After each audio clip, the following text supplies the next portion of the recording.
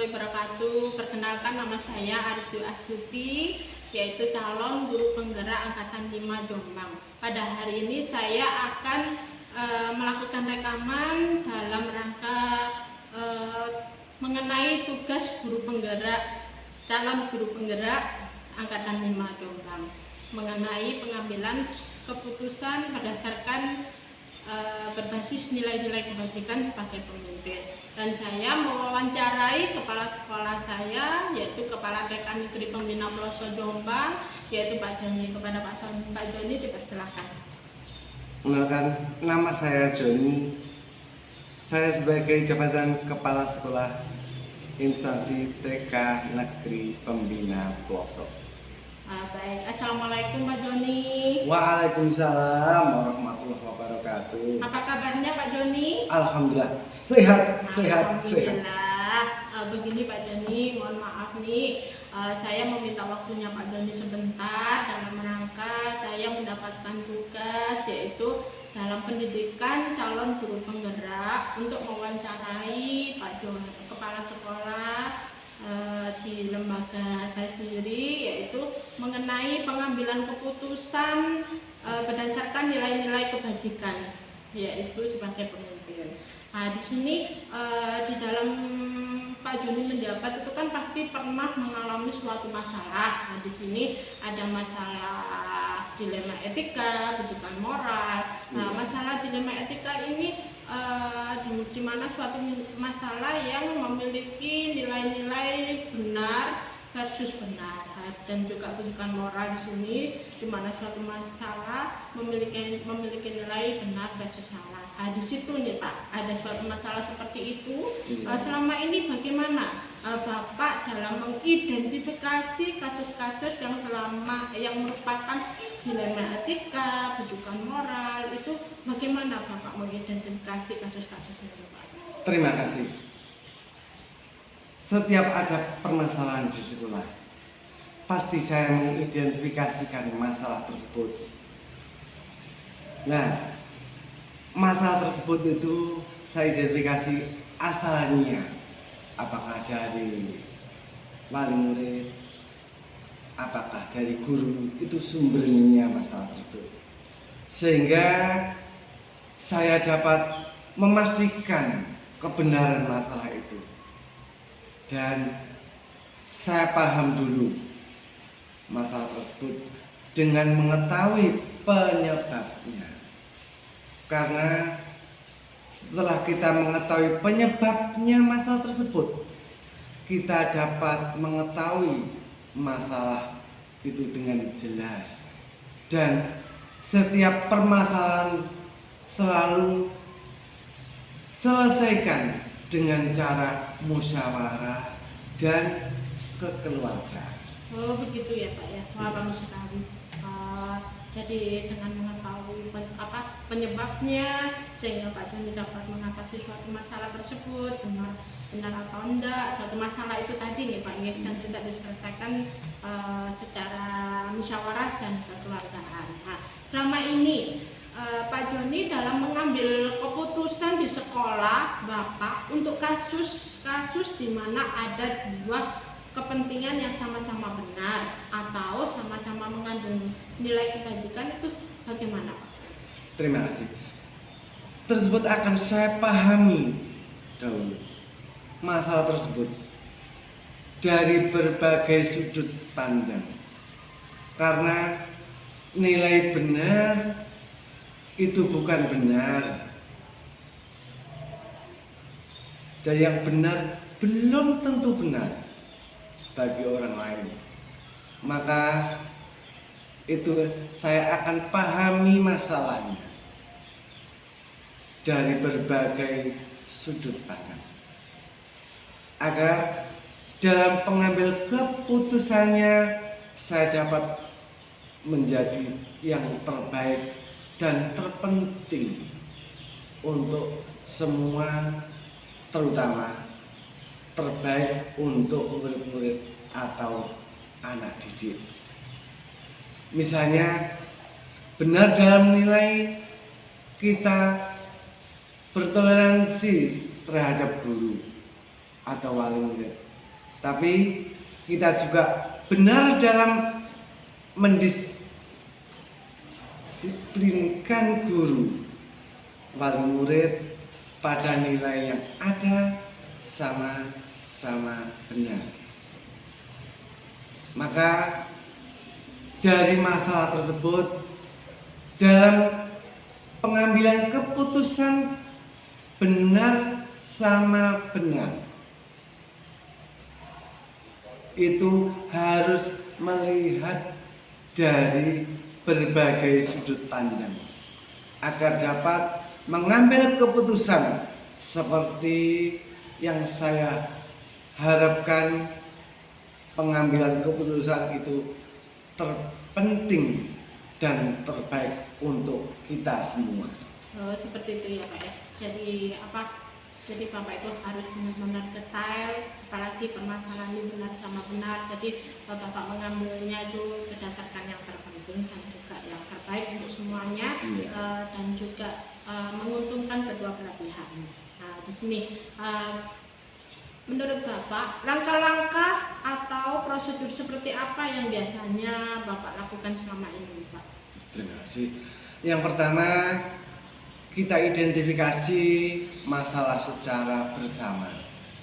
Kemudian mencari penyebab dan permasalahan.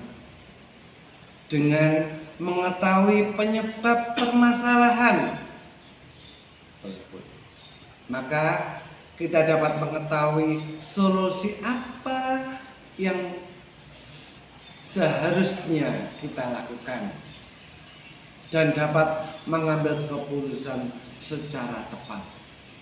Misalnya mengenai kenakalan anak dan bu gurunya kesulitan dalam mengendalikan anak tersebut, maka yang seharusnya saya lakukan yaitu dengan mengetahui alasan atau penyebab tersebut, sehingga kita dapat memberikan solusi yang tepat. Misalnya meminta kerjasama dengan wali murid dalam membimbing dan mendidik anak tersebut, serta memberi perhatian pada anak didik tersebut. Dengan adanya kerjasama, maka tujuan yang kita harapkan akan mudah tercapai. Baik, bagus sekali Pak. Mengenai hal-hal apa saja yang selama ini Bapak anggap efektif dalam pengambilan keputusan pada kasus-kasus dilema etika ini, Pak? Yang harus mempelajari masalah tersebut harus mempelajari terlebih dahulu. Dengan cara demikian, maka saya dapat mengetahui masalah tersebut secara jelas. Dan dalam pengambilan keputusan, kita harus hati-hati agar tidak salah dalam mengambil keputusan. Karena keputusan tersebut akan kembali kepada diri kita, dan dalam pengambilan keputusan saya lakukan sendiri. Namun apabila memungkinkan, maka saya dapat mengambil keputusan berdasarkan musyawarah dengan Dewan Guru. Oke, berarti Bapak tadi, yaitu yang Bapak efektif itu tadi, ada beberapa mempelajari masalah dan masalah khusus Bapak bisa mengambil suatu keputusan. Setelah itu Bapak mengambil keputusan itu sendiri. Namun apabila tidak memungkinkan bisa bersama dewan guru. Jadi di sini Bapak melihat dari besar kecilnya suatu masalah itu tersebut ya Pak ya? Iya. Oke, mengenai yang berikutnya yaitu hal-hal apa saja yang selama ini merupakan tantangan dalam pengambilan keputusan pada kasus dilema etika ini Pak? Tantangannya apa? Terima kasih. Tantangan yang saya hadapi yaitu kekurang pahaman terhadap masalah sehingga sulit dalam mengambil keputusan. Tentunya tidak ada masalah yang dapat terselesaikan 100%, masih ada kendala. Namun dengan adanya kendala tersebut, kita tetap harus segera menyelesaikan agar masalah cepat dapat terselesaikan dengan baik, dengan cepat, agar tidak terlarut-larut. Contoh permasalahan masalah wali murid, maka kita segera menyelesaikan masalah itu agar dapat cepat terselesaikan. Begitupun sebaliknya, ketika kita tidak segera menyelesaikan, khawatirnya masalah menjadi masalah yang besar. Gitu ya Pak ya? Ya. Oke. Apakah dalam memiliki sebuah tata cara nih Pak atau jawaban tertentu dalam sebuah penyelesaian kasus dilema etika, apakah Bapak langsung menyelesaikan di tempat atau memiliki sebuah jadwal untuk menyelesaikannya, bentuk atau prosedur seperti apa yang Bapak jalankan ini? Yang pertama, kita cari informasi mengenai kebenaran masalah tersebut. Lalu langkah yang kedua, mencari penyebab masalah tersebut sehingga kita bisa menyelesaikan masalah. Yang ketiga, ketika ada permasalahan, selalu berprinsip agar segera menyelesaikan kecuali masalah guru. Saya mengambil waktu untuk tepat dalam menyelesaikannya. Oke, oh gitu ya Pak ya. Jadi apa? Kalau guru itu mencari waktu yang tepat untuk menyelesaikannya. Di sini adakah seseorang atau faktor apa yang selama ini mempermudah atau membantu Bapak dalam mengambil keputusan dalam kasus dilema etika ini Pak? Oh, pasti ada. Juga ada warga sekolah, biasanya guru, wali murid, komite. Dalam pengambilan keputusan kasus dilema tersebut, saya memiliki informasi yang kuat sehingga saya dapat mengambil keputusan untuk yang terbaik bagi semuanya. Baik. Nah, dari semua hal yang telah Bapak sampaikan, pembelajaran apa yang dapat Bapak petik dari pengalaman Bapak dalam mengambil keputusan dilema etika ini, Pak? Terima kasih. Bahwa sebagai pemimpin ini, saya merasa tentu dapat menyelesaikan sendiri. Kita akan selesaikan bersama atau dimusyawarahkan.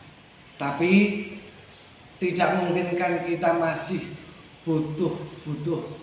membutuhkan dari orang lain dengan menyelesaikan masalah dan mengambil keputusan. Dan kita ciptakan oleh Allah sebagai makhluk sosial, jadi masih butuh orang lain.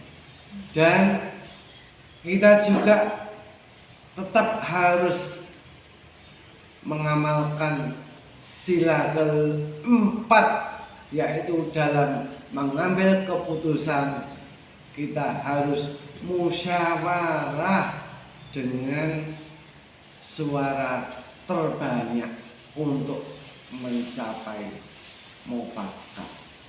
Seperti itu. Baik Bapak, terima kasih atas waktunya pada hari ini mengenai wawancara pengambilan keputusan ini, di mana Bapak sudah menyampaikan begitu banyak dan mengenai pengalaman Bapak. Dan ini merupakan suatu informasi bagi saya yang dapat menambah wawasan saya dan pengalaman saya. Terima kasih Bapak atas waktunya. Saya ucapkan terima kasih sekali lagi. Baik, saya akhiri. Wassalamualaikum warahmatullahi wabarakatuh. Waalaikumsalam warahmatullahi wabarakatuh.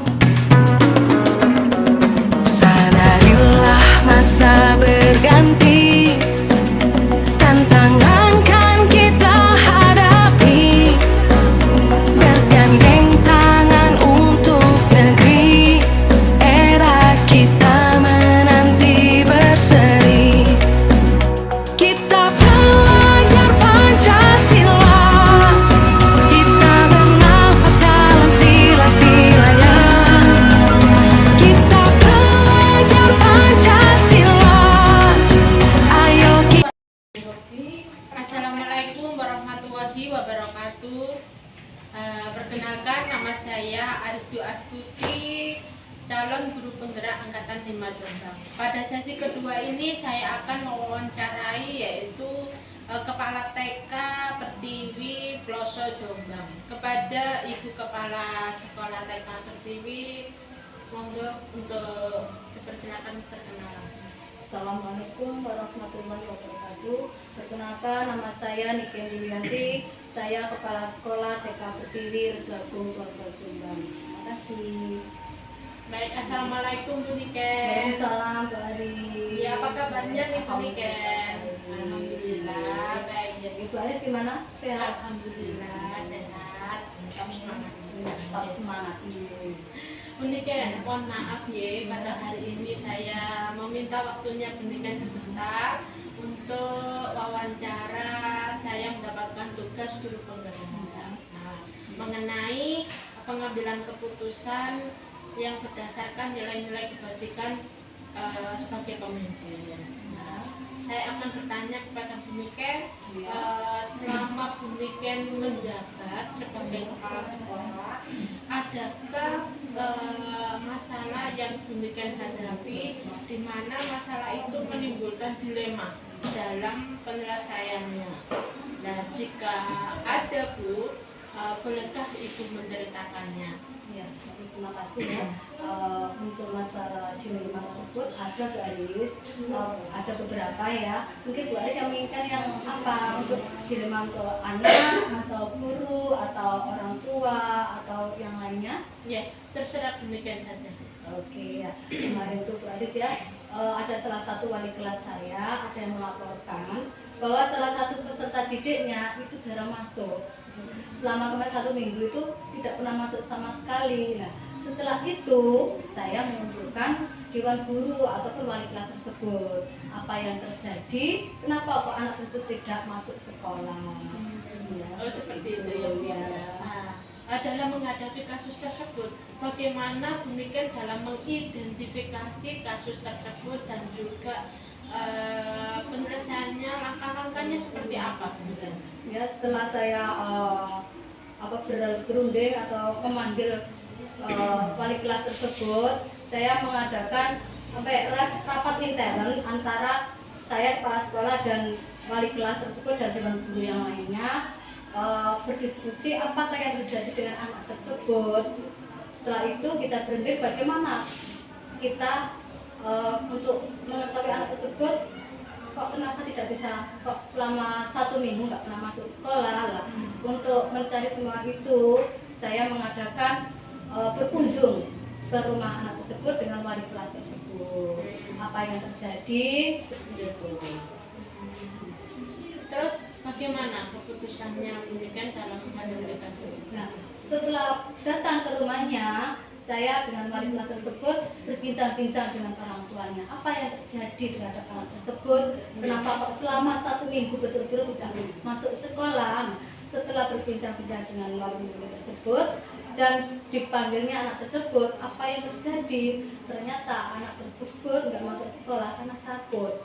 Nah, takut dengan temannya karena sering dijahili seperti itu. Nah, terus saya bilang ke wali murid, kenapa itu kok nggak datang ke sekolah memberitahukan seperti itu?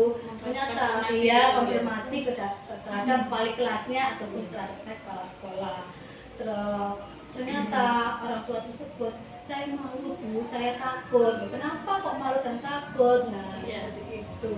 Pasti malu dengan teman-teman yang lain gitu.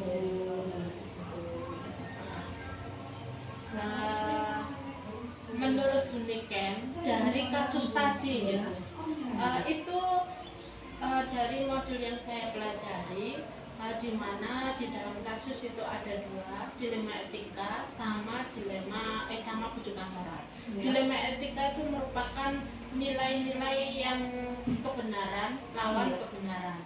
Kalau bujukan itu adalah nilai kebenaran lawan kesalahan seperti itu. Menurut Bu Niken dari kasus tersebut itu termasuk kasus yang mana Bu? Menurut yang saya pelajari dari permasalahan tersebut, ternyata dilema etika yang termasuk tersebut adalah yaitu dilema etika. Karena di dalamnya termasuk ada nilai-nilai yang kebajikan di situ. Selama ini dalam menjalankan pengambilan keputusan di sekolah Bu Niken, terutama untuk kasus kebenaran, di mana ada 2 kepentingan yang sama nih, Ya. sama dan juga menganut nilai-nilai kebajikan tersebut, itu pengambilan keputusannya seperti apa? Untuk masalah-masalah tersebut Bu ya, untuk mengambil keputusan saya tidak bisa mengambil keputusan sendiri. Nah, di situ juga ada pihak-pihak yang terkait, misalnya dari wali kelasnya, dari misalnya bantuan untuk komite, seperti itu untuk dewan guru yang lainnya juga, bahkan bisa ke yayasan seperti itu. Bagaimana cara untuk mengambil keputusan seperti itu? Kita kan nggak bisa memutuskan sendiri, harus ada belah pihak bagaimana cara untuk memutuskan tersebut. Jadi musyawarah dulu Ya, Bu, musyawarah. Ya. Baik, dari hal-hal yang Bu Niken tadi jelaskan, menurut Bu Niken yang Bu Niken anggap efektif dalam mengambil keputusan pada kasus-kasus dilema etika itu seperti apa? Setelah saya memahami kasus tersebut, saya harus mengambil keputusan untuk mengedepankan peserta didik saya. Bagaimana peserta didik saya itu agar bisa sekolah lagi, agar di dalam sekolah itu nyaman, bermain dengan teman, seperti itu. Gitu ya, itu yang paling efektif. Ya, untuk mengedepankan peserta didik, untuk agar nyaman di sekolah, nyaman bermain dengan teman-temannya. Hal-hal apa saja yang selama ini merupakan tantangan bagi Bu Niken dalam mengambil keputusan kasus-kasus dilema etika? Nah, tantangan tersebut adalah bagaimana caranya kita bisa anak tersebut antara dengan teman yang lainnya, atau saling terbuka, keterbukaan antara kedua belah pihak, anak yang satunya dengan yang satunya seperti itu. Terus misalnya antara dengan dewan guru yang satu dengan dewan guru yang lainnya, bagaimana caranya untuk apa ya, bisa kita menyatukan gimana ya, kalau ada permasalahan ini bagaimana kita memecahkan masalah tersebut, bagaimana caranya bisa kita satu visi satu misi untuk memecahkan masalah biar menjadi masalah itu bisa terselesaikan. Dari beberapa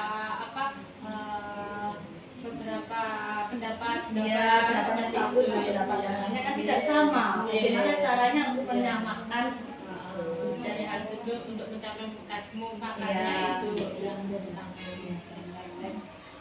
apakah Buniken dalam sebuah mengatasi masalah memiliki suatu tata cara tertentu dalam sebuah penyelesaian kasus dilema etika? Misalkan adakah jadwal tertentu itu Bu dalam menyelesaikan, apakah langsung menyelesaikan di tempat atau menyelesaikannya sesuai prosedur atau seperti apa?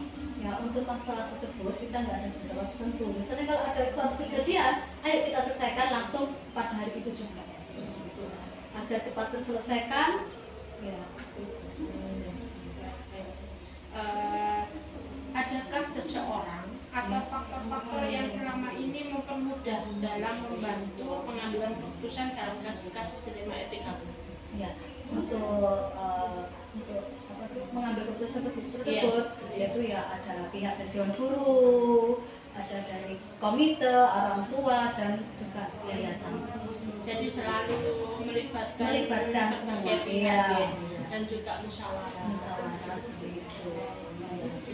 Dari semua yang Buniken telah sampaikan, pembelajaran apa yang dapat Buniken petik pengalamannya dalam mengambil keputusan? Ya seperti itu ya, kita harus bisa melihat bagaimana karakter anak, bagaimana kita bisa berkomunikasi dengan anak, terus bisa berkomunikasi selain juga anak, yaitu dengan dewan guru, dengan komite dan orang tua juga, itu, dan berkomunikasi dengan yayasan.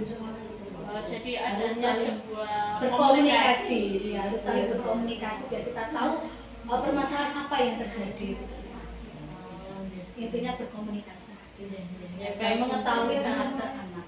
Oke, terima kasih Buniken atas waktunya hari ini. Dari semua yang Buniken sampaikan tadi, saya hari ini mendapatkan suatu kawasan lagi di Buniken dalam mengambil keputusan.